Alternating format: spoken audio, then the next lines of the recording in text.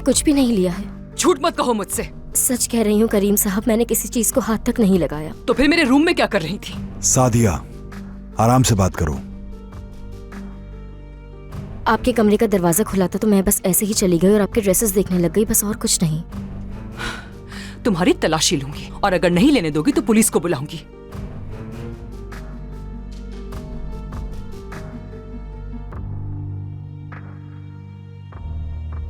ठीक है, जैसा आप चाहें। कोई जरूरत नहीं।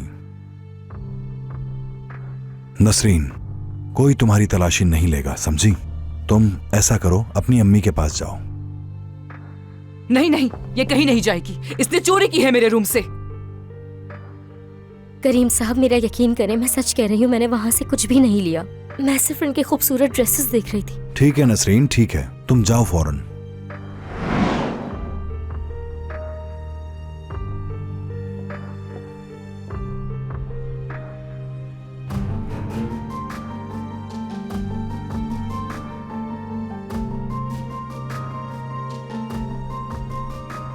जो कुछ तुमने किया था वो तुम्हें भुगतना पड़ेगा सादिया। और अभी तो बस शुरुआत है। आगे आगे देखो मैं करती क्या हूं।